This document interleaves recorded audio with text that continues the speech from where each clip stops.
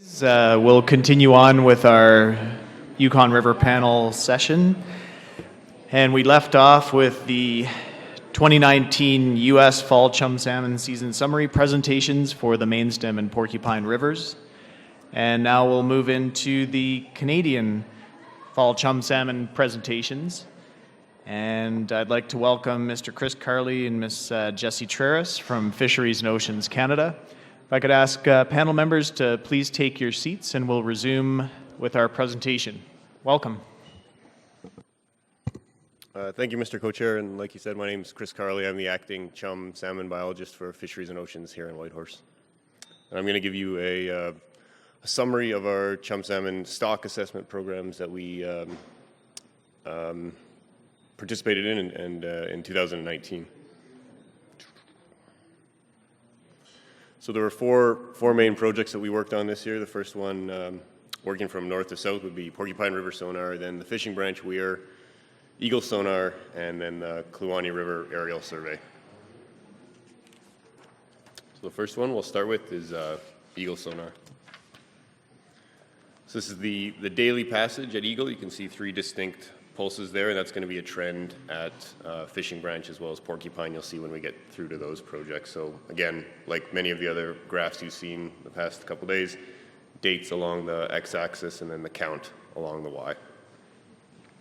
The gray bar in this one is the mean for the daily passage. So you can see we're a little bit lower and a little bit later than the mean. The count this year at the Eagle sonar is 113,266, and you can see where that fits into the other years up to 2006. And again, you have to keep in mind that this is the count at Eagle sonar and not border passage. You have to subtract the U.S. harvest between the sonar and the border to get your actual border passage. So again, there's the mean from 2006, so below the mean this year.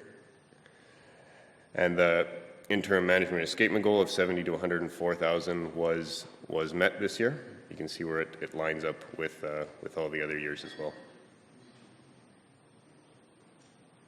So we're moving on to the Kluane River aerial survey now. So you can see we've got many years of data for this program, and then there was a large gap of time there from 2007 to 2016. And the reason there's a gap in time is because instead of using the aerial survey to get a count, we use genetics at Eagle to get our numbers that way. And the reason we started it up again in 2017 was because of the change in the flow regime in the Slims River as a result of the Cascawash Glacier receding. And also another thing to keep in mind about this stock assessment program is that this is an index. This is an actual true count of the number of fish in the river. And that number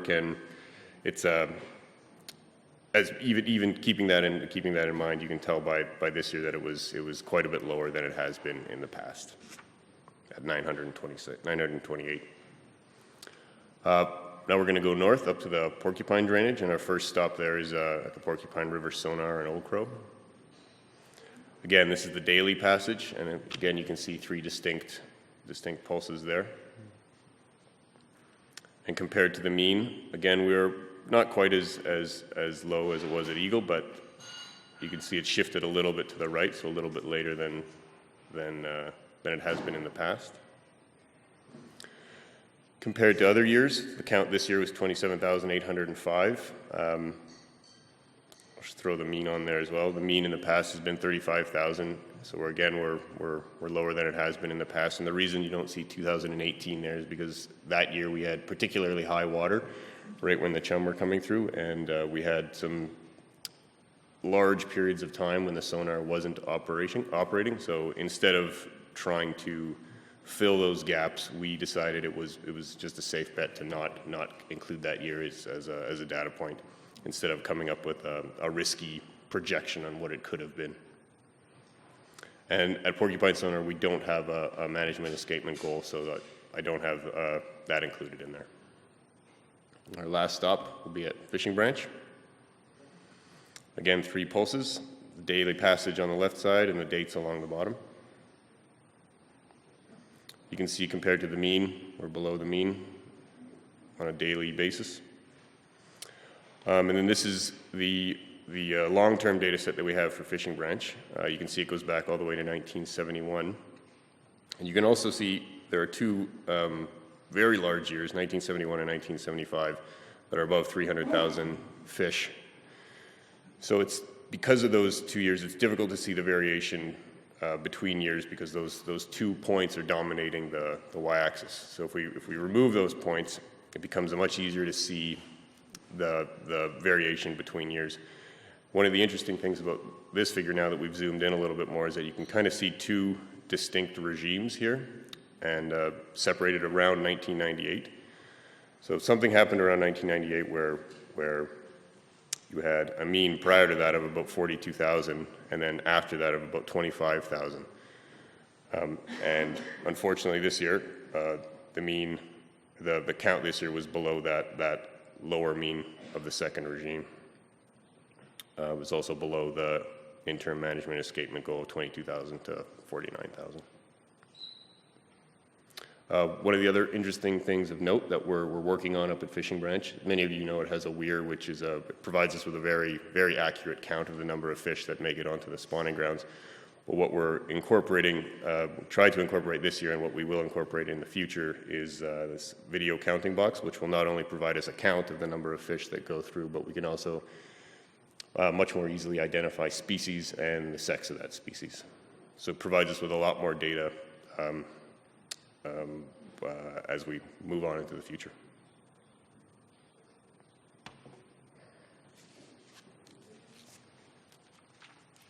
Thank you, Chris. And now I will continue with the management overview for the fall chum.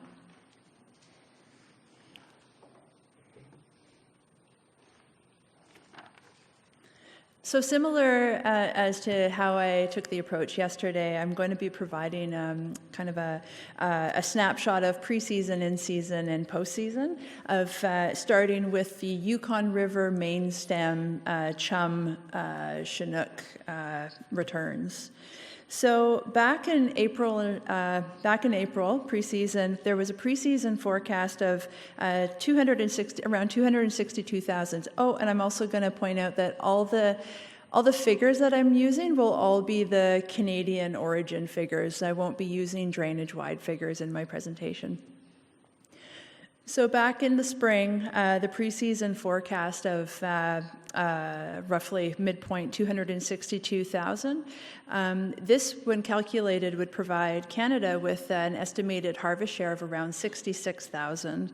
And so with this information, and that the fact that there was an allocation for Canadian fisheries, we, as you heard yesterday, went through our domestic management planning and moved forward in developing a management strategy for the season.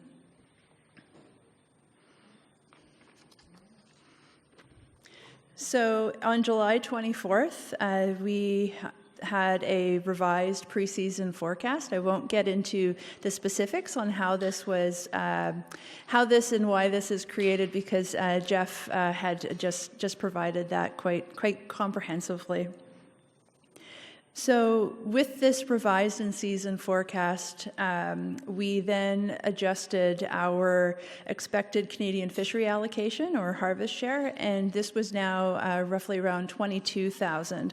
And so with that revised harvest share, or despite the revisions, this would still provide an allocation to Canada, but also wasn't really, it would not indicate that there would be any changes in our domestic management strategy. Something that we did at this point too was we issued new conditions of license for the commercial and domestic fisheries. And so in those conditions of license included a requirement that any incidentally caught Chinook in the chum fisheries would need to be released, and also that the maximum allowable gill net size was 6 inches. And so the release of incidentally caught Chinook, the reason why we made that a condition of license was it was a conservation effort in keeping with protecting Canadian origin Chinook. So at this time, the pilot station passage for fall chum was just starting, and we estimated roughly around 400 Canadian origin fall chum had passed pilot. So obviously eagle sonar still some time away before we would start seeing fall chum at the border. By August 21st, there was a revised in-season projection, and so this was now bumped up to about 200,000 Canadian origin fall chum. And so likewise, we adjusted we did quick calculations, and we were able to adjust what our estimated Canadian harvest share would be.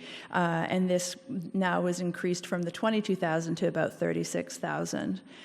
We were seeing fall chum at the eagle sonar at this point. If you'll recall that the eagle sonar had retroactively applied the fall, or retroactively started the count for fall chum to occur on August 15th.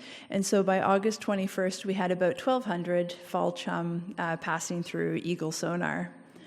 So at this point, it's third week of August, and all the indications from pilot were really that the chum abundance was going to be enough to satisfy the spawning goals and also to provide for the harvest share, for Canadian harvest share. But the Chinook abundance was still a concern at this point. So we took some management action in our commercial and domestic chum fisheries, and we notified those fishers and the public that the commercial and domestic chum fisheries were going to open on September 12th through October 31st. And the significance of this is that opening date is roughly a week later than where the opening would ordinarily occur.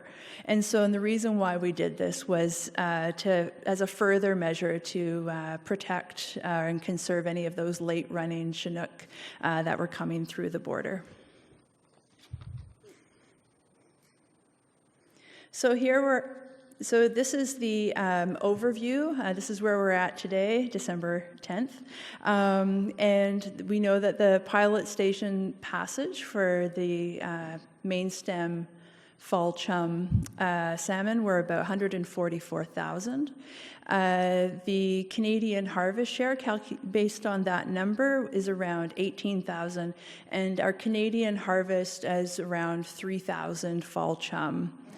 As far as management activities for the Yukon River fall chum fisheries or management, the First Nations subsistence fishery, it was open right at the start of the season.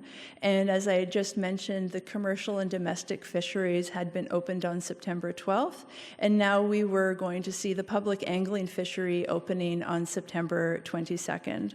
So, the takeaway here with the table projected overhead is that the U.S. met their treaty obligations, the spawning escapement more than likely met, and that the full Canadian harvest share was provided. Okay. So moving on to the fishing branch system, which is part of the Porcupine drainage.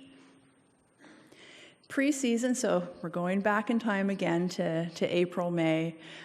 We knew that the pre-season forecast for fishing branch chum stocks was around 42,000 or 37,000 to 46,000. And as we know, the interim spawning escapement management target is 22,000 to 49,000.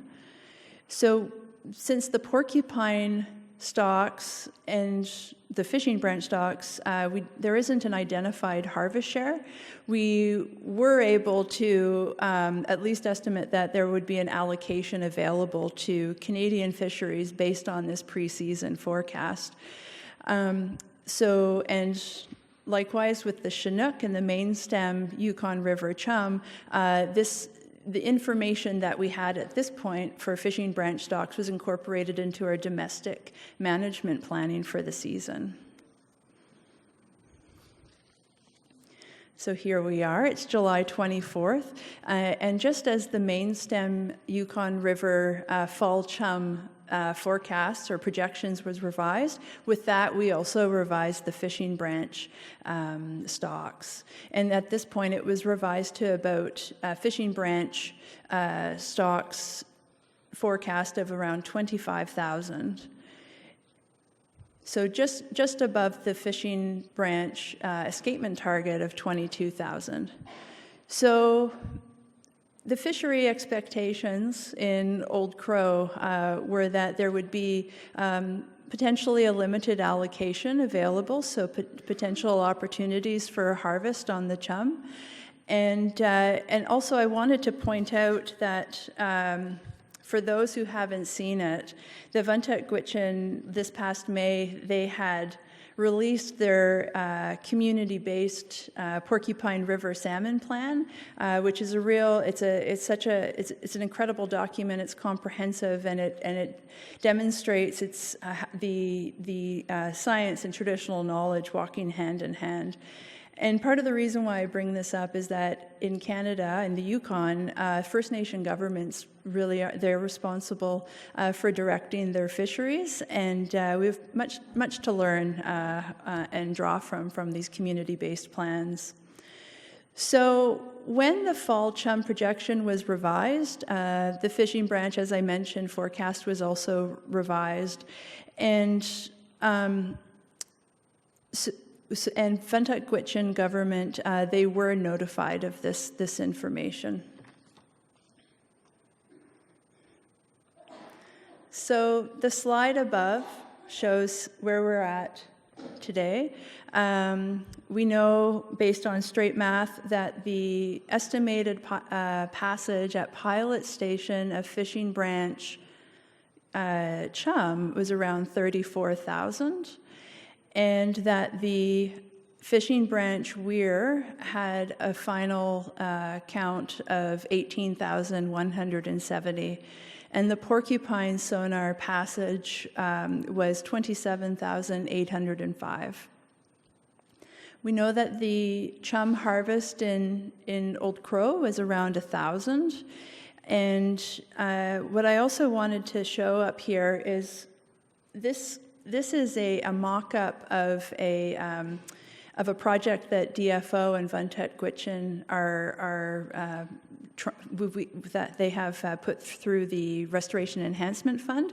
And what we're trying to do is design a management tool and improve communications pre-season and in-season for the fishers in Old Crow. The purpose of this sign, which would be something of a billboard in the community, would be to communicate what the fishery opportunities are, both pre and in season. And how this came about was that when we go to the community, and of course now that there's the Porcupine Sonar project in the community, which is a partnership between DFO and the First Nation government, people want to see more or improved relevancy of having that sonar in there, just on the outskirts of their community. Because remember that all the salmon that are the fishing branch stocks that are crossing through Old Crow are Porcupine River stocks, and there isn't harvest happening up in the fishing branch, but the harvest is happening in the Old Crow area. And so what we're trying to find, or trying to work towards, is finding a way to implement the porcupine sonar in a more meaningful way as a management tool that will be able to help the Vuntut Gwitchin managers direct their season. So this is something that we're really excited to be working towards. I also, while I'm on that topic too, is just something that might not be fully evident, is that the the fish that are swimming past Old Crow, not all of those fish are destined for fishing branch. Some of them are destined for fishing branch, but some of them are also destined for other rivers between Old Crow and fishing branch.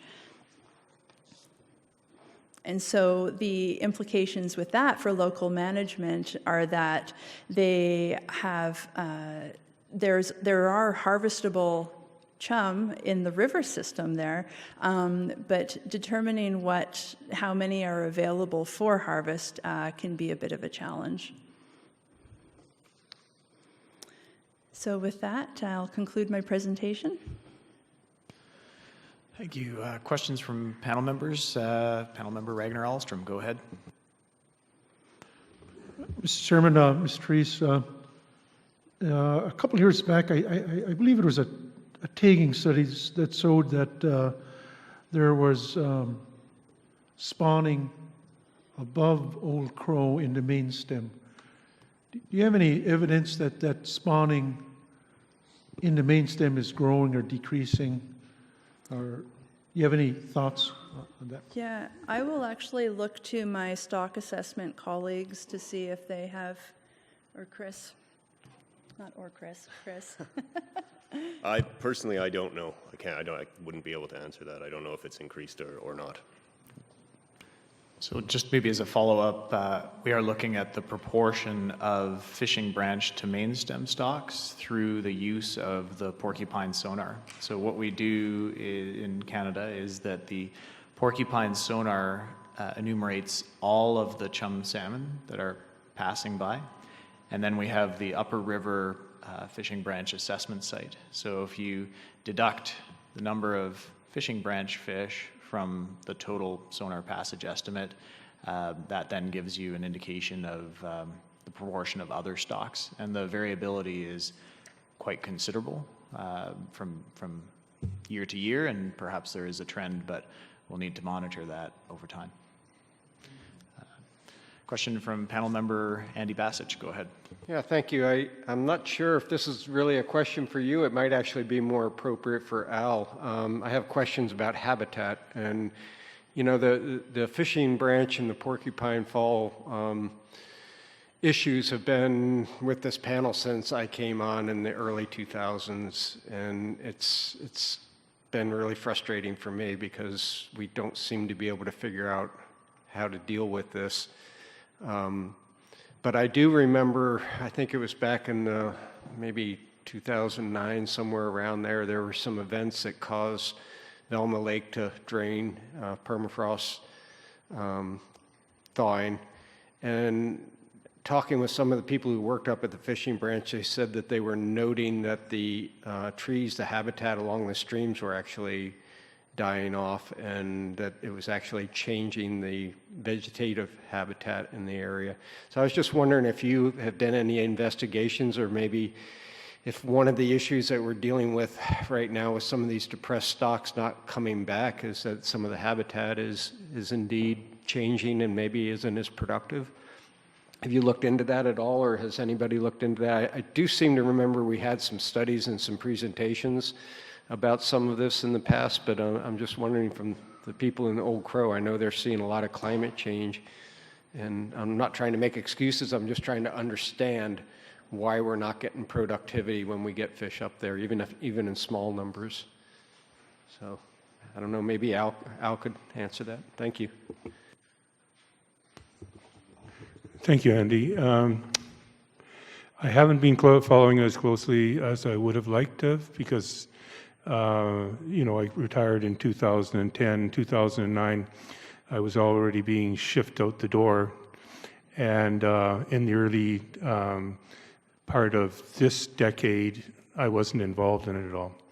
I read the reports that were done by the consultants, and it appears that there's two sources of the groundwater. One is very old groundwater that goes underneath Bear Cave Mountain, and the other one is near surface groundwater that comes down the river valley itself. So it comes out of the mountains, it goes underneath the river channel, it comes down below, but it comes up above Bear Cave Mountain. it seems that the river, that portion, that's the portion that comes out above Bear Cave Mountain, is maybe, well, it may be diminishing. And when it diminishes over the course of the winter, all the eggs that are laid there are frozen. I don't think that anybody's ever figured out the degree to which the salmon are spawning in that particular area, but that's the only area that there has been a concern expressed. The further downstream area, the one that's fed by the groundwater that's coming out from underneath Bear Cave Mountain, and the habitat below that, so it comes out from Bear Cave Mountain and then it goes into the river channel, goes between the meanders, it comes out into the channel, and those are all intact. So I think overall the habitat at Fishing Branch is intact except for that area upstream of Bear Cave Mountain. The stream is also, let me re-express that, the watershed is very stable. There are no eroding slopes. There are none of the permafrost meltout areas that we see in other parts of the Yukon. I don't know whether I answered your question, but that's sort of my impression. Yeah, thank you. That in part that answers the questions as far as water flow, water tables. But the reports that I got from some of the people who had been working up in that area and said that they noticed that there's been a change of vegetation, quite a bit of die-off of older trees along the shoreline, which, you know, contributes to unshaded areas, not as good of a habitat for young fry rearing in the area. So I was just wondering if locals or any of the biologists here have any, and I don't need an answer now, maybe in the springtime people who could kind of put their heads together. But I guess the point that I'm driving at is, you know, one of the concerns we have in this entire Yukon drainage is climate change and how that's affecting habitat and spawning and rearing habitat. And so it seems to be more pronounced in some of those more latitudes at this point in time. And I know trying to understand how it's affecting the salmon, but if we aren't getting the nutrients up there that those trees, that vegetation needs to grow the way they have for many, many thousands of years, it just seems like it's going to affect production and survival rates. And so I'm just kind of curious about that because we have struggled. And I do remember in the past there was a lot of, if you look at the long history of the Fishing Branch chum, there's very large fluctuations in the returns. Some years we've had tremendous returns, 20, 30,000, and then other years 4,000 or 5,000 with no real reason why. It's always been kind of up and down everywhere. And I don't think any of us really understand why, but it makes it very difficult when you have data sets like that to look at to try and come up with what is the proper escapement goal for that particular stream, what is the proper amount of carrying capacity in that stream when it bounces like that. So those are my observations just from being on the panel and being involved in these reports for so long, and I'm just trying to understand some of the habitat issues that we might be having there that might be impacting the productivity. So maybe if we could have some kind of information given to us at you know, a later date, it'd be helpful to some of us. Thank you. Okay, building on Andy's question, I do know that we have some representatives from the community here. And is anyone able to speak to that? I know Darius is here, and I thought Stan Sr. was as well. Oh, he's behind me. Okay. You were hiding behind me, Stan. Yeah, if you could give us some insight on your local observations. I know you've been in the community for a long time and hold a lot of local knowledge, so thank you. Thank you, Mr. Cochair. Just listening to Andy's question and answering that by observation. Due to climate change and a lack of it, when you're flying from Dawson to Old Crow, if you're sitting on the right-hand side of the airplane, you can see Fishing Branch down there, and you got the best view possible of Fishing Branch. and fly that airline frequently. So looking down there, you can see that, in the summertime, it's all green. And the vegetation along that river system and along that area where they're spawning, it's, the trees are green and everything's still green in there. It's all greened up. And in the fall time and during the winter into December and January, along that river, for a fishing branch where the groundwater comes out and where it wells up, and from there to 12 kilometers downstream, there's no ice. It's open water, and there's not even shore ice. It just where the snow comes down on the grade of the gravel on the riverbank, and where it meets the water, there's just water, and where the snow meets on the gravel. So there's some. It's I don't know due to climate change, but it's really warm, and that's seen that in the last few years. Observed that. So, and sometimes in July, from a fishing branch where the just by observation, looking at the spawning grounds and the top end of the spawning grounds where the chum eggs are freezing out from there. In July, you could see that the riverbed is dry for about 10 kilometers further upstream. So, but there's water from the fishing branch from there. There's water running. You get water running down from there. So it's probably running under the gravel or somewhere in there, underneath, further upstream from there. So that's my observation of that area. But the temperature and the hydrology, I think there's some work been done on that to look at the temperature of the water at this point. So the next step is what do we do to do with the eggs that are freezing out at this point? Do we do anything? And I think it's going to take some assessment to do that. So we're still getting fish up there. That's working.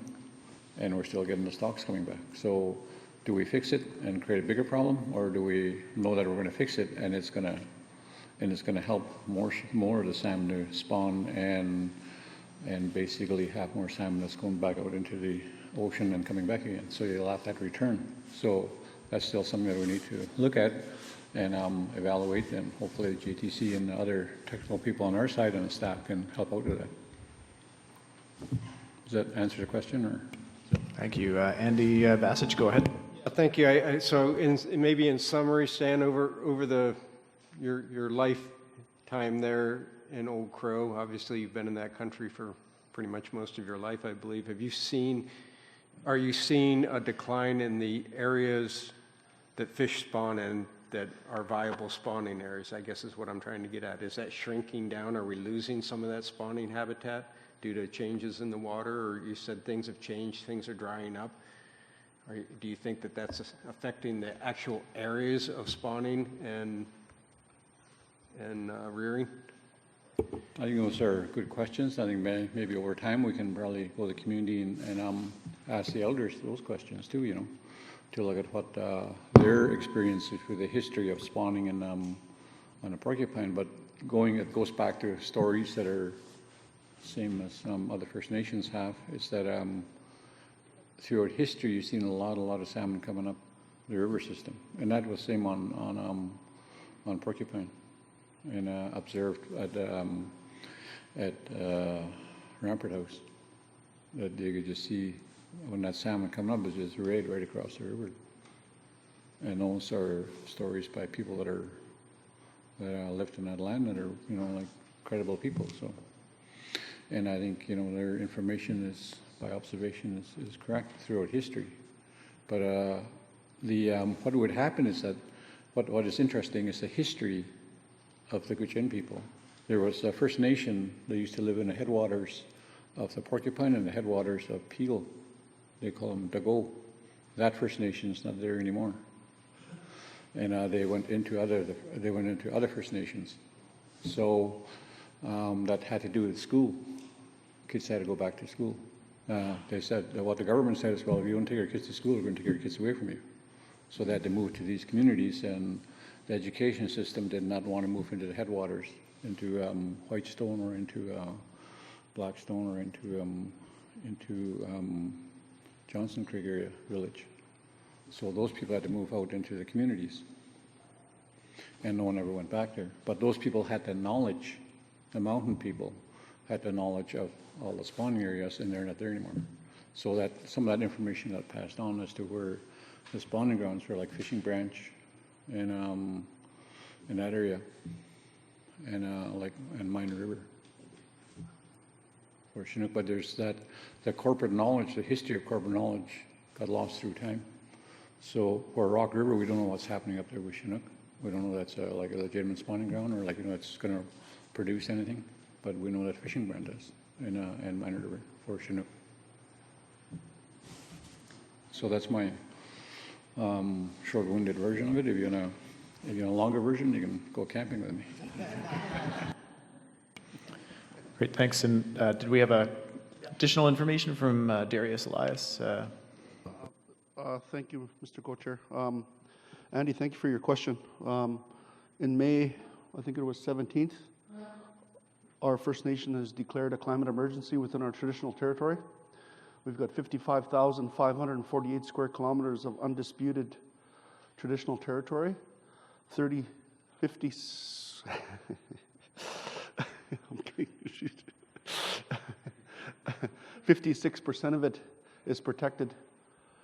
And there's 3 specific sites that are protected under Section 35 of our Constitution of our country, of Canada, directly related to the protection of the Fishing Branch River and directly related to salmon and the relationship between grizzly bears and the terrestrial ecosystem. That's how important it is to our people. And so when I just messaged my chief, who's in Madrid, Spain, speaking about the impacts of climate change on our healthy northern ecosystem, that's how important it is to us. During my time, you mentioned my lake, my grandmother's lake that drained. I was there 4 p.m. on June 6th. We watched that water come down when it drained. We live in a rapidly changing ecosystem, and how it affects salmon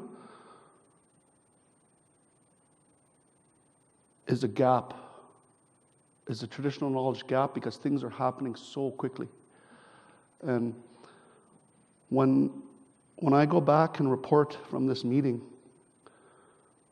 there's a question from our people that, okay, because the salmon are so important, then we should bump this up to the porcupine caribou issue on the coastal plain of Alaska and the Arctic National Wildlife Refuge. If we do that, we will be dealing with decision makers in Washington. And that's how important this is to us. And so when we have a 60% in the interim management and escapement goals, it's unacceptable to our people. But in our community-based salmon plan that has an international aspect, and it has a climate change aspect, and I encourage people to read it, it's online. We have to do something. We got to do something, because when 350,000 salmon go to Fishing Branch, it's our obligations as leaders that have the pulse of our people to do something. And so yes, climate change is impacting, and it's on a daily basis. We've lost elders because of climate change. When they used to walk across that river the same week to go fishing burbot, the same week all their lives, they fall through the ice and drown. So yes, it is having an impact. Thank you, Darius, and thank you, Stan. I think we had a question from Harvey Jessup and then Alvon Finster. Maybe, Al, if you're going to stay on the same theme, I'll let you go first. Okay. Sorry, and that's great information. Jesse, if you could just put up your second last slide, not the comment question one, but that one there. Just for clarity, and you did explain that last column, you did explain the harvest, but just from an outside person looking in, the title of that slide is the fishing branch post-summary management summary. So just for clarity, that's not 1,000 chum from the fishing branch. No, Yeah. as we know, they're not all of the fish that cross through or that pass by Old Crow. Those are not all fishing branch stocks, and so that the relationship is one that is being continuously revised or studied.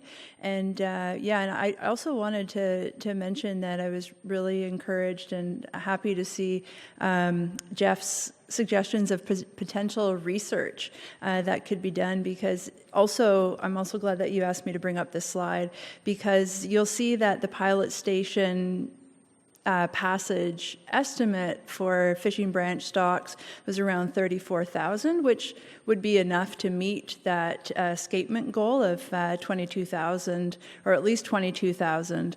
But we only saw 18,000. And so, with more research and understanding that relationship between the porcupine stock and how that is with the fishing branch, and then the larger scale, how does that relate to Yukon River stocks, would be really beneficial. And one of the things that I learned throughout, because I've been involved with this since its inception, was a word, and I apologize to Stanley and Darius and others from Buntukwitchin, but the word Nainli, am I saying it right? Nainli, circle of life, everything is connected, and bringing it back to the habitat question that Andy had, was that one of the cornerstones of having a healthy ecosystem is ensuring that there are those salmon there, and that is part of that circle of life, and that everything is connected.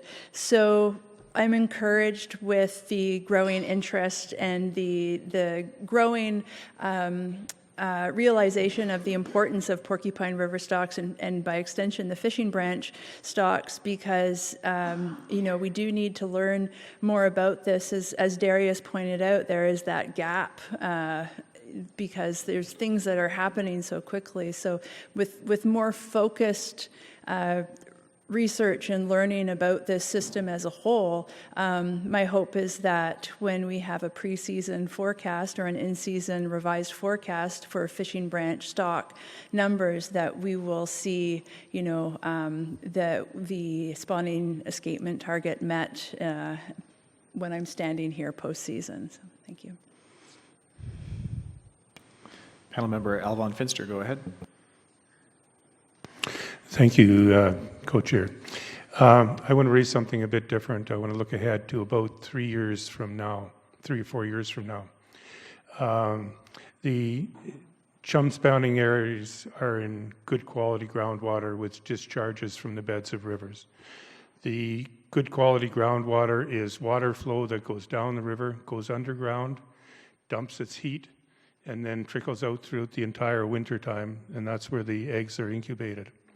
This year, I'm not sure what happened in Alaska, but this year in the Yukon, particularly the upper Yukon, where the main chum spawning areas are, the water level was very low throughout the summer. It stayed low into the autumn. There were two things that are going to happen with that. Plus, there's going to be less water, and there's going to be more freezing. So I think that the escapement, I think that the fish that would be produced from this year are going to be lower in number than they would normally be. And I'd just like to mention that, because I think that that's something you're going to have to deal with in 3 or 4 or 5 years' time. So I would put that down as a marker to for your consideration when that comes up. We can plan ahead, as Dennis said, maybe not in big cycles, but we can certainly look at the coming escapement. Thank you. Thank you, Al. Any further questions from panel members? Okay. Thank you, Mr. Carley and Ms. Traris. So at this point, we'll actually move into our public comment and public testimony session. We are at 11:30, and we do have an individual that will be presenting to the panel, presenting testimony via telephone. So we're going to be linking them in here momentarily, but from our agenda or perspective, we'll be starting this afternoon with the Yukon River Watershed Canadian Environmental Conditions presentation. So we are just queuing up our representative that will be providing public testimony. And just to queue up our next participants, our second presenter will be Mr. Charlie Wright from Tanana Chiefs, the Tanana Tribal Council, and I do have to express our thanks to Mr. Wright. He's been very patient with us from yesterday afternoon. So if we're ready to go, so Duane, do we have you on the line? Hello. Hello, we can hear you loud and clear. Thank you for joining us at the Yukon River Panel's 2019 postseason meeting, and we're into our public testimony, so please go ahead. Right. Masayeti sa tigat yuan. Okay, so yo sa tini Tlingit chish hatinadi. Tlingit chish akani haska achoni has. Isihan aklauk kudigan. I just wanted to say hello from Ontario. I'm just currently here helping my father. So I really appreciate the opportunity to be able to speak to all of you in this meeting. I feel really bad I can't be there, but I've been watching online, and the only thing I couldn't do online was attend the reception and have a drink, but so you guys owe me one. But I wanted to share just a little bit that, from a Teslin perspective again, and I really appreciate the opportunity for Teslin to have this chance to share our story. One of the things I've been really appreciating about home is being away from home. I've been away from home since the summer, first helping my aunt Gangi in Vancouver, and then coming to Ontario to help my father. But just appreciating just how much we have at home and how lucky we are, but also seeing things a little clearer as well, being away for so long. One of the things I've noticed here in Ontario, I asked about the salmon, because there was Atlantic salmon that used to be here. And from my research and stuff is that, the Atlantic salmon in Ontario went extinct about 100 years ago from overfishing. So there's no more salmon here. It's not only the mountains I miss, it's the salmon I miss, the salmon people. So yeah, we definitely don't want to make that same mistake in the Yukon and in Alaska. Look at it was Lake Ontario used to be full of Atlantic salmon when they would come to spawn annually. But the Americans and the Canadians both overfished, and now there's no more salmon. It's an extinct species here in Ontario now. The same can happen in Alaska and the Yukon if we're not careful. We've come so far, and we've made great strides together. But it's easy to fall back into old habits. It's easy to fall back into forgetting about just the seriousness of what our future generations are facing. I think one of the things that we can do better, we're almost like at an impasse. We've come as far as we can doing the things that we've been doing, but what can we do to move farther? And I think one of the things that holds us back is that each year we're just doing reactive. We're reacting to the salmon numbers coming into the river. We're reacting to current conditions. We need to start thinking long term. We need to start planning long term. And talking about planning long term is we need to work together regardless of what side of the border we're on and come up with one plan for this river. Because it's one river, we're one people, we need one plan. And one of the ways that, you know, I really hold my hands up to all the panel members who've been fighting for the salmon and who've been speaking on behalf of Yukon First Nations for so long. I hold my hands up to you and I thank you for your hard work. But we as self-governing First Nations, that we need a seat at the table now. We need the seat at the decision-making table because we can speak for ourselves. We need to speak for ourselves. So not just a seat at the panel, we also need a seat on the JTC committee because our traditional knowledge is way older than your science and your Western science. We need to be able to share that traditional knowledge at the JTC table. We need to have a seat and a voice at the Yukon panel. So I think that's one of the things we're getting to that place now, that how can we move forward together for our future generations to ensure that they have the salmon that we enjoyed in our youth. And change can be scary. I know the change that I'm experiencing in my life right now is this total upheaval. But sometimes and most times, change is for the good. Change is for the better. And I think if we can just put our fears away and open our hearts and our minds and work together as one people on this one river to develop one plan, I think our future generations and the salmon will thank us for this. So I just wanted to share that with you today and thank all of you for all your hard work. I really miss you all, but it's great having this web stream so at least I can see and hear you. So thank you. Thank you very much, Duane, and we very much appreciate your testimony from a long ways away, and we certainly miss your presence here, but feel it through your contributions in this manner, and look forward to seeing you when you return to the Yukon. Yeah, thank you. So we'll proceed with our public testimony, and I'll invite Mr. Charlie Wright, if you could join us at the front of the room. And again, appreciate your willingness to accommodate our schedule yesterday by postponing your submission to this morning. So thank you and welcome.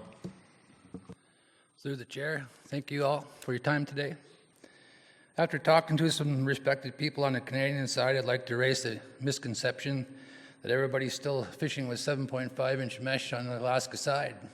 Since the moratorium, a lot of us in the Tanana Chiefs Conference region have switched to 6 and stayed that way. I don't own a 7.5-inch net anymore.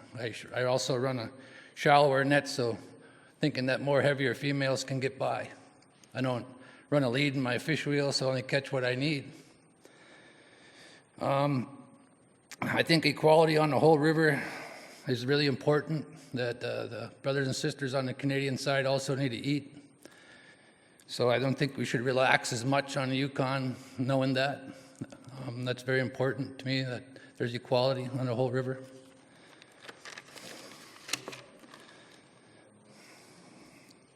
I truly feel the pain of my brothers and sisters on the Canadian side that don't get to eat salmon. The Porcupine River people have been without fish for a long time, and maybe the research needs to be done for that river. People on the whole river depend on the resource. I just wanted to make that statement, and I thank you for your time today. I'm very happy to be here to learn and to meet the people on this side of the river. And I thank you for your time.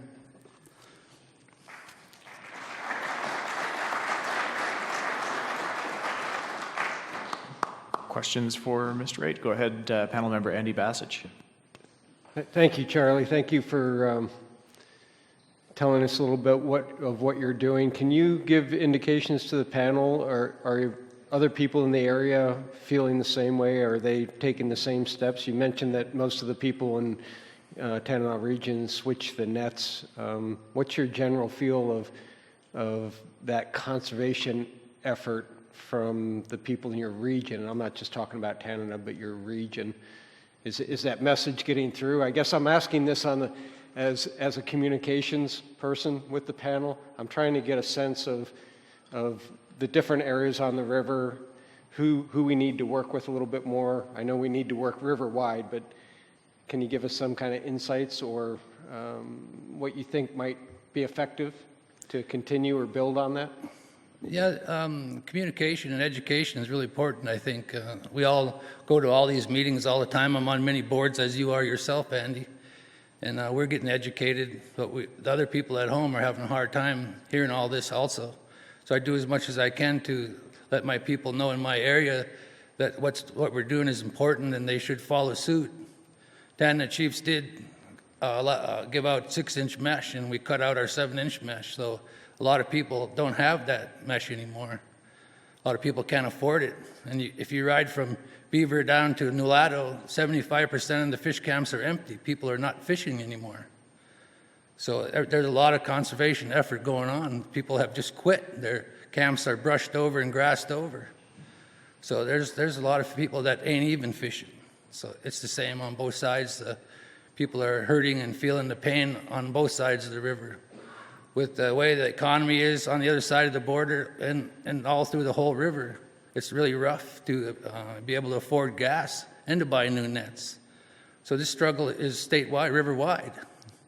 And I'm sure that when I go home after meeting all these people up here, the First Nations people that I've got to meet, I'm going to be going home and I'm going to be spreading more, communicating more and educating more on what I've learned here. Mr. Cochair, go ahead. Thank you, Mr. Co-Chair. I just wanted to take a moment to directly thank Charlie for being here and giving his testimony. Charlie is heavily engaged in a lot of different fisheries issues throughout the Alaskan portion of the drainage and various committees, commissions, and so on and so forth. And also to acknowledge that the efforts of the Intertribal Fish Commission, Yukon Intertribal Fish Commission, to bring not just Charlie but multiple individuals from Alaska to a Canadian-based panel meeting. It's certainly wonderful to see the group of individuals from Alaska. It can sometimes be very difficult for some Alaskans to make it to panel meetings even when they're held in Alaska.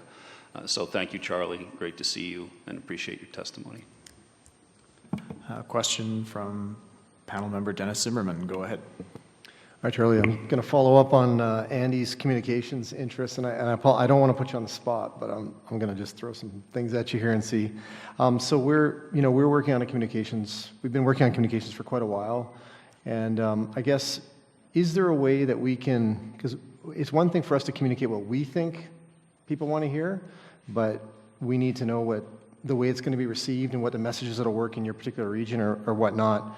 Do you think that the treaty, like I'm just thinking of messaging, right? There's a couple different ways to do it where you could say, we got to conserve fish for this reason or this reason or this reason, but we also have this treaty. And then we talk about the treaty a lot. Do you think that messaging around the treaty is something that you hear? Do people ever talk about that treaty? Does it ever come up in circles beyond high-level political?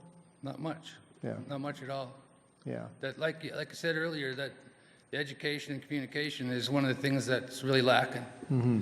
From the board member, the board here, and the boardroom, to the people on the river and the grassroots people along the river that don't have much communication. They're not getting much of that message. Mm-hmm. The same people go to the preseason and these meetings all winter long, and it's hard to reach out to all of them. All of them don't have internet, they don't have radio or TV in their fish camps, so it's hard to get that message out there, and as representatives, we need to do more.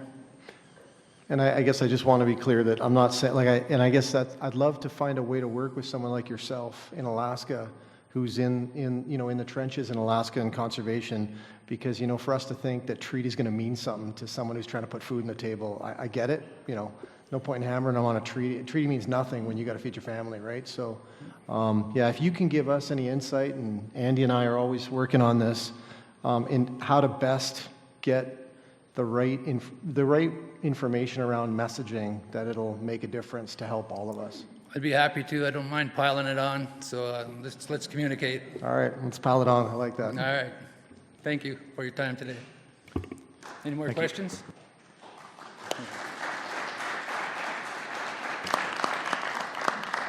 We had one final question. Sorry, Charlie. Well, no, just a comment based on what we just heard, as well as some of the presentations. I think what would be helpful, and perhaps it's overdue, and I do participate on that communications committee. I have been fortunate enough to meet a lot of folks from Alaska, and I somewhat understand the lifestyle and the activities.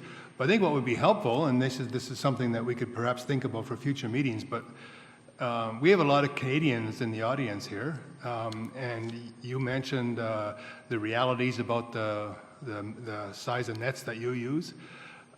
I think what could be helpful is having a presentation on what is the U.S. harvest reality. What are the U.S. harvest realities, and how is the fishing occurring?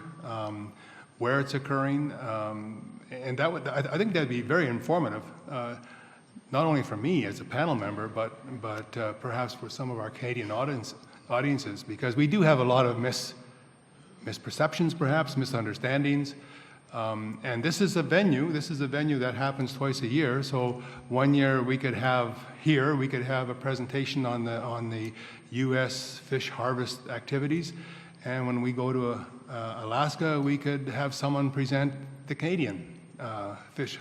But so just another communication effort, I think, would be very helpful.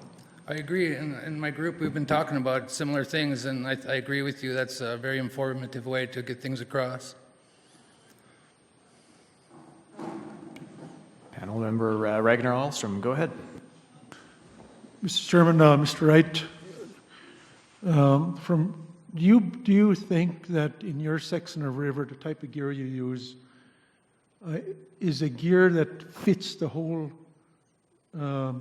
river on the U.S. side? Well, I can't speak for other units and how they fish. Everywhere is different. So I know it works good in my area and in my region. So I'll be pushing for that. And I really can't speak for other areas because I don't know nothing about that. Thank you, Mr. Wright.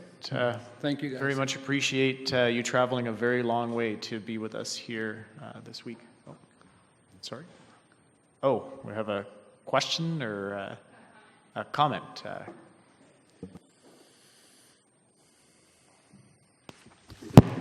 Thank you for your testimony, Charlie.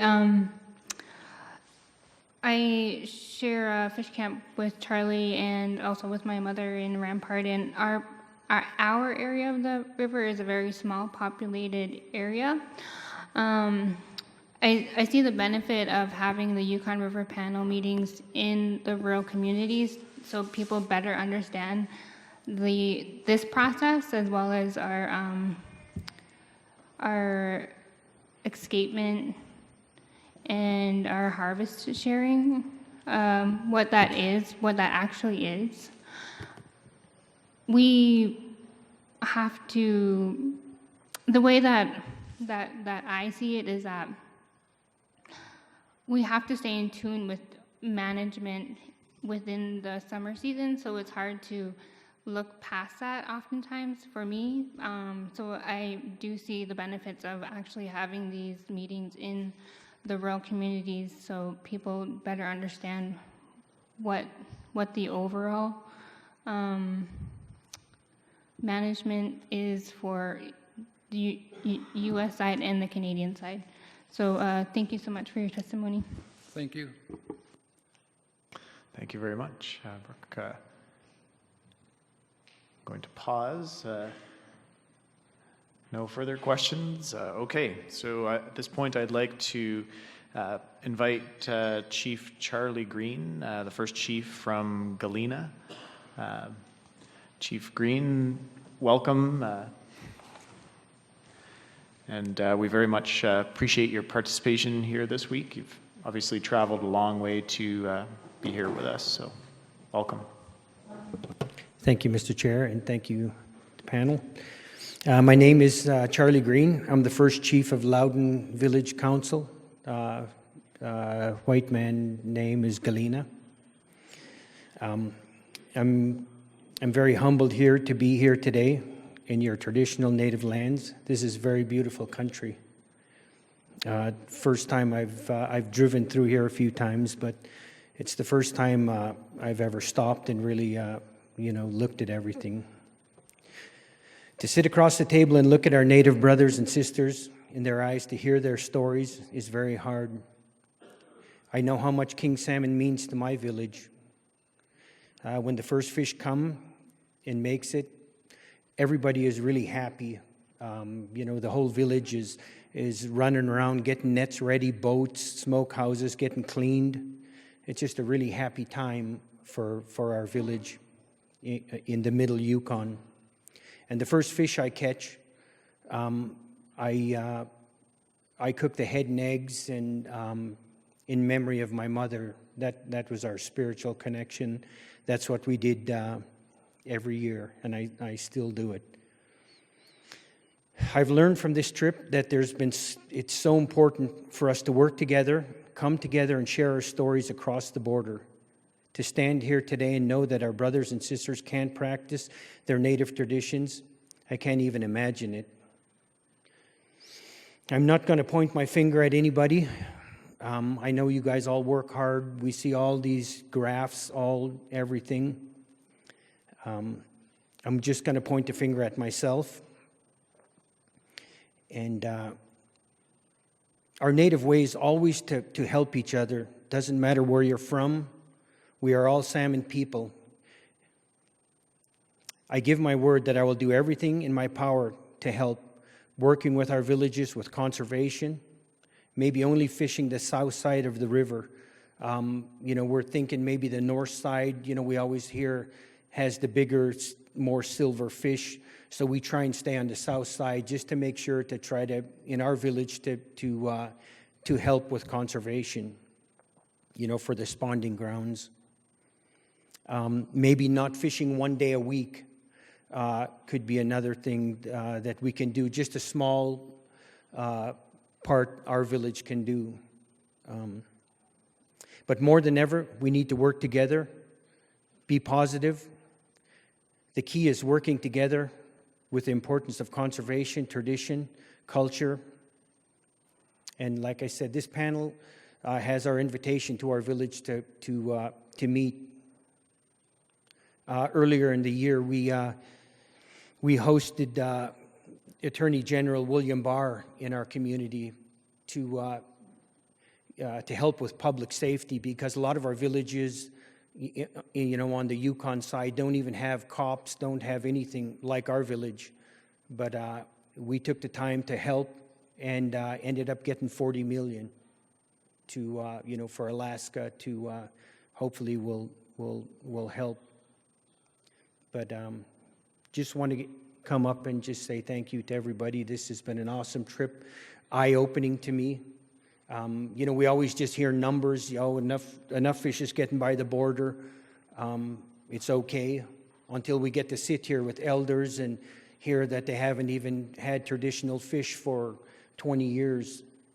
If my mother could sit here today with me and listen to these elderly ladies' stories about how they used to fish with their families like we did and our families in the middle Yukon, would make her really sad. So I'm going to bring this back to our village and try to our surrounding villages and let them know what all the Canadians are going through and suffering, and because like we say, we're all from the same river, same people. So just like to say thank you to you guys again. Anabase. Thank you. Do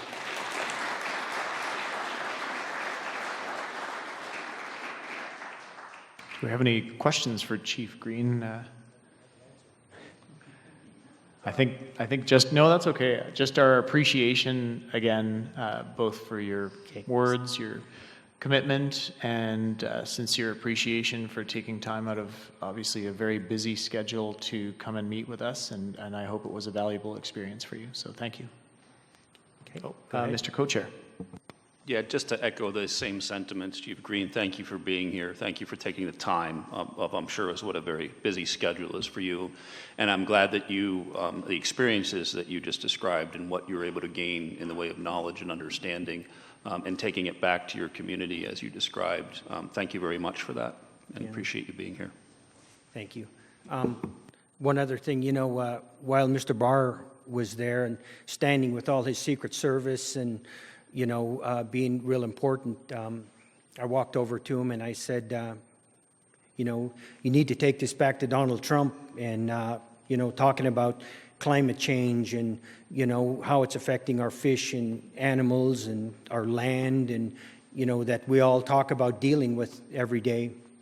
I said, you know, you go back and tell him that when you went to Galena, Alaska, that you seen the chief and, it's so bad, climate change, that it's even affecting the chief's hair.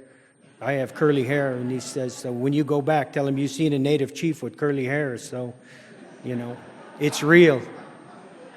So, thank you, guys. Thank you.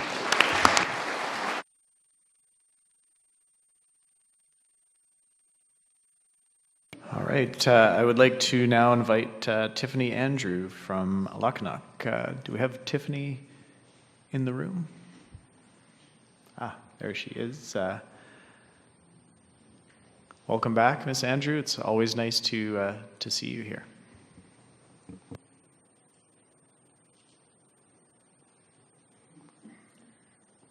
Hi, I am Tiffany Andrew. I'm from Aucoin. It's on the Yukon Delta, the mouth of the Yukon. I am a subsistence fisher, a commercial fisher, and a tribal council member.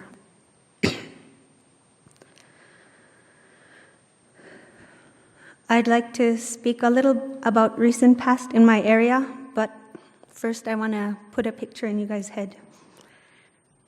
It's time to go store. We're going to imagine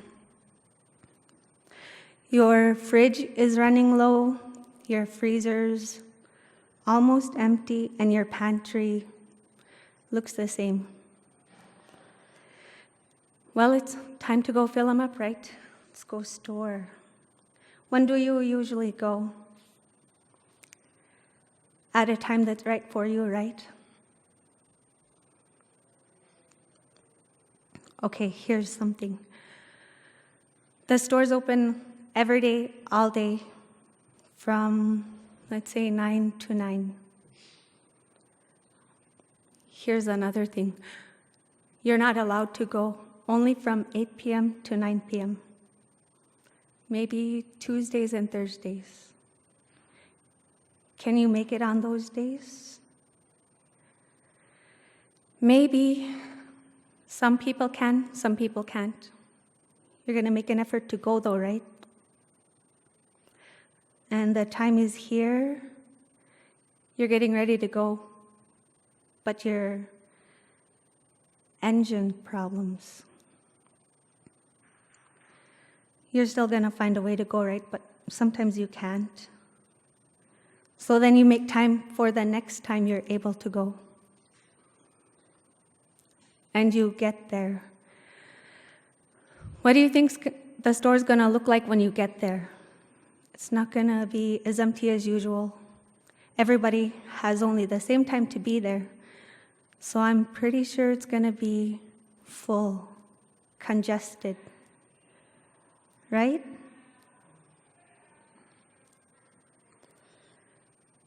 Well, how do you think you'll feel while you're there? You're going to have a lot of emotions, especially going after the same thing that the other people are going through.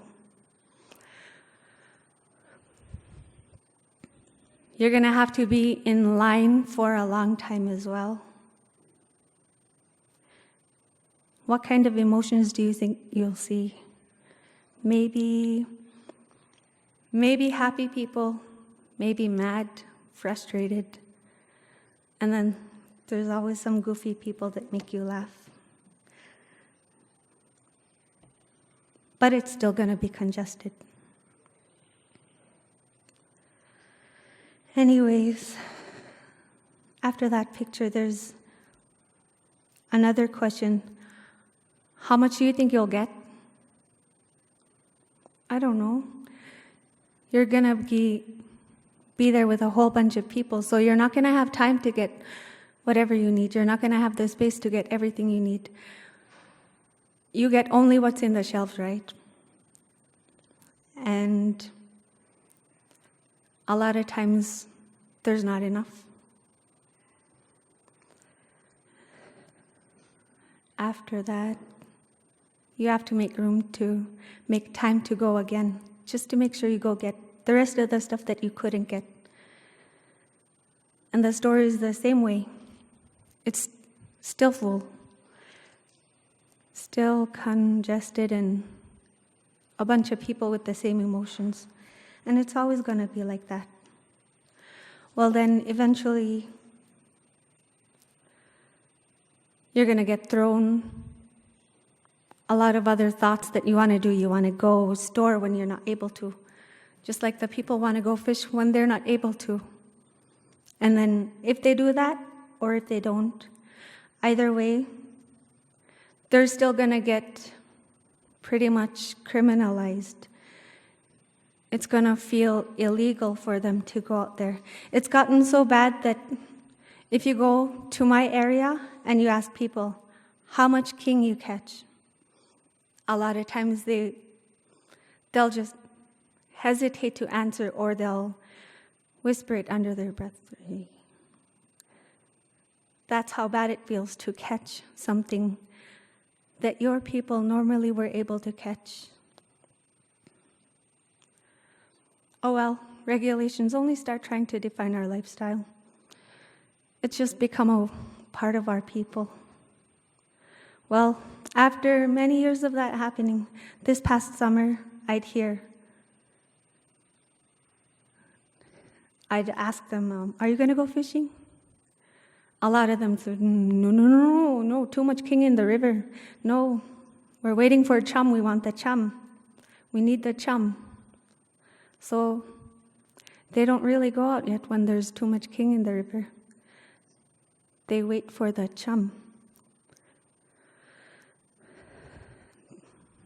But it's interesting, the new lifestyle that we're getting, and that it's growing on our new generations. But let's go back a few years, and here's another one I've heard. Too hot to cut. My oldest is 9. When he was a toddler, we were forced to cut in conditions we never did cut in before. Whatever though, right? Kings were in the water, and I want you to imagine working on fish 10 to 15 Fahrenheit or 3 to 5 Celsius, warmer than you normally cut fish in. What's going to happen? Now, that's a different time frame from traditions. Now there's more bugs than usual, different weather conditions. Who knows, maybe it's even rainy season. So now you're unaware of these new natural boundaries, but you're still watching and doing the best to take care of the hard-labored drying fish, practically dealing with the situation and condition blindfolded. Next thing you know, your fish on the racks have maggots. Have you ever eaten meat that have maggots that were in them? They don't have a good taste. Who knows? Maybe they're even getting stink from the rain, or maggots that weren't found when you decided to go pick out the newly laid ones. There's also a stench so bad that the little kids won't even bother to go within 50 feet of the area. Maybe even barely 25% of your hard work makes it through the whole process. What now? You can't go out and get more. There's bad cuttings conditions.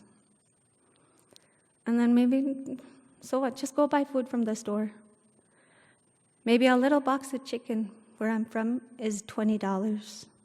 And it has, 6 pieces?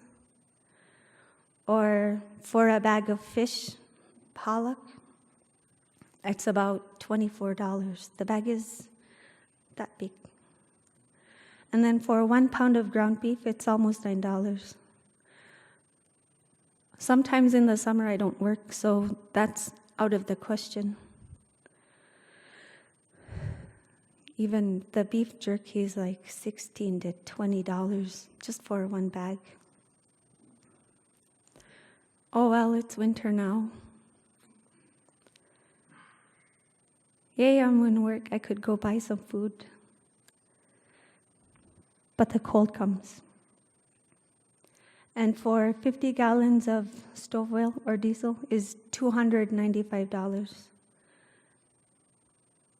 And the gas is a similar price, and you need gas to get from here to there. Of course, there's the wood stove, but still, 40 below wind chill. I don't know how much that'll help you. And then, of course, you still need to pay bills. And, of course, when it's colder, energy costs are higher. Common sense. Well, we're put back on in a situation, a new roadblock. Our winter food source put down a great deal. What a ripple effect. Moose every day for months. Pretty soon you get all creative finding out how else to do moose. You even look up beef recipes and just exchange the beef meat for moose. Still good. Kids are still fed. So what? There's other types of food too. Why didn't you go get them? Maybe they did go seal hunting, but the seal they caught, they had bugs, worms, or they were stink, not edible. There's birds too.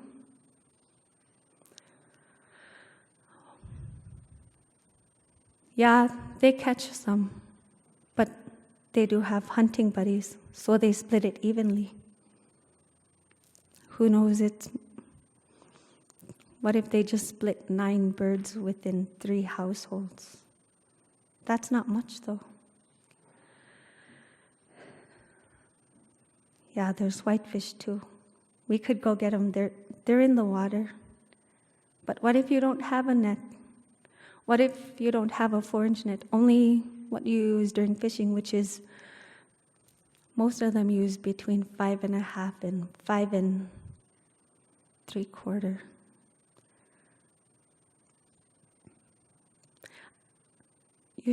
Everybody knows the whitefish are smaller than the salmon.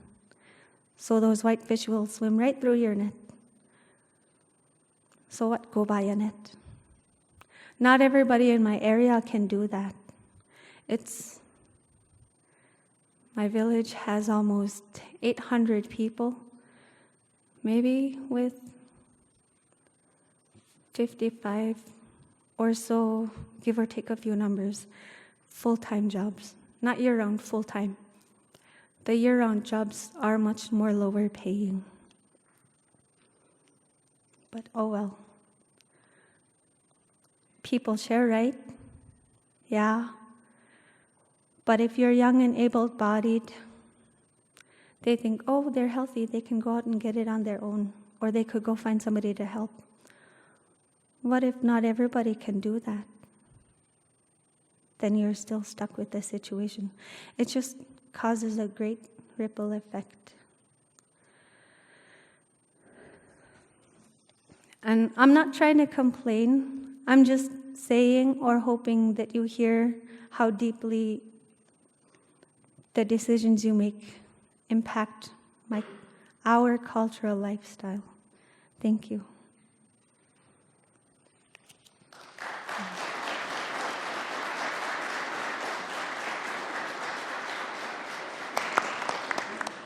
Thank you, Ms. Andrew. And I'll look to our final representative that will be providing testimony, and I'll call Charlene Stern from Tanana Chiefs Conference. Welcome, and thank you very much for joining us today.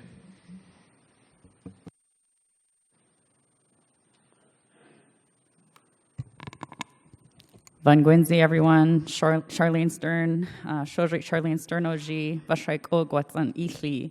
Good morning. My name is Charlene Stern, and I'm Nataalee from Arctic Village, Alaska. I'd like to thank the panel for the opportunity to provide testimony here today. I come from a Caribou people. Salmon don't make it up as far as the East Fork of the Chandeleur to reach my village. But I'm here today in my role as Vice President for the Tanana Chiefs Conference, which is a consortium of 42 villages and 39 federally recognized tribes in interior Alaska. I want to begin my testimony by first acknowledging the people of the Kwanlin Dun and the Ta'an Quechan First Nations upon whose traditional homelands we are on. I'd also like to acknowledge a few chiefs in the room, Chief Rhonda Pitka of Beaver, Chief Charlie Green of Loudon, in addition to all the elders, our Chunjan Nai, our tribal leaders, and our representatives here today. I was asked to attend this gathering to listen and to learn more about the Yukon River fishery, and also the role and the decision-making processes of this panel. What has been most impactful for me these past few days has been the time spent hearing firsthand from our First Nations relatives that there is a major equity problem along this river. Equity is a traditional principle for us.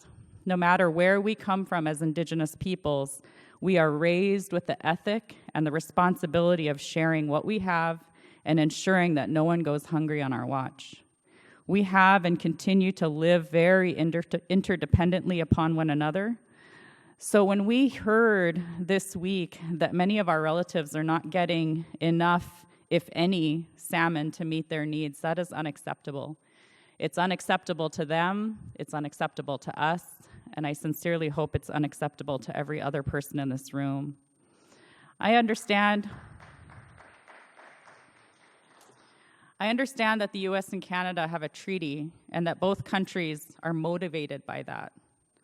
I'd venture to say that our tribal nations are less motivated by an escapement goal, but rather we are motivated by knowing that the First Peoples along the entire river from the mouth to the headwaters are able to meet their subsistence needs, and that we are stewarding, not managing, this fishery in a way that is sustainable for the salmon and for the First Peoples of today and tomorrow. While I thank you all for your service to this body and your respective agencies, I am looking forward to the day where this meeting takes place within our communities in Alaska that are along the Yukon River, the day when this table and the JTC is more representative of the users of this actual resource that we've spent so much time talking about, and also the day when our thousands of years of accumulated traditional knowledge about salmon is actually driving the decision-making about the fisheries and not just an additive consideration. Not only do I believe that that is possible, I believe that it is the only way forward. I'd like to conclude by challenging each manager, biologist, policymaker, and technical expert in the room to ask yourself a question. What are you doing or not doing in your roles in this work to make meaningful room for First Peoples of the river, their knowledge and their needs, so that they are better represented in these spaces and these processes? We don't need decision makers that are complacent with a status quo that is not working for us.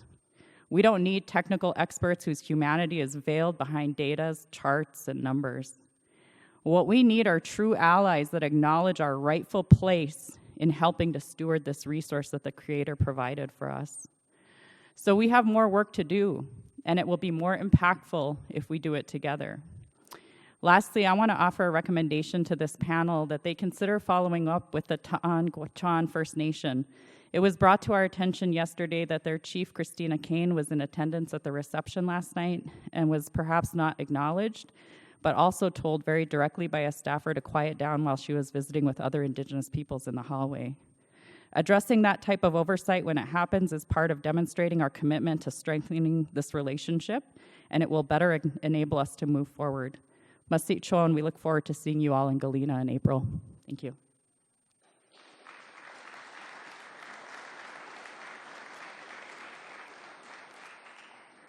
Thank you very much for your testimony. Questions from panel members? Not hearing any. Thank you very much for visiting. Oh, excuse me, Mr. Cochair, go ahead.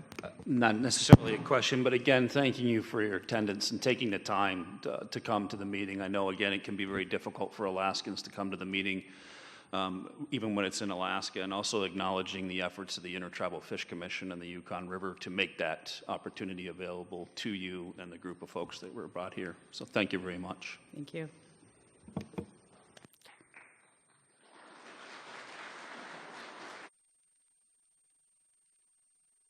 So with that testimony, we will now break for lunch, and we'll look to resume at 1:15. So I do encourage panel members, if you can do your best to return in 1 hour, we will be resuming at 1:15. Thank you.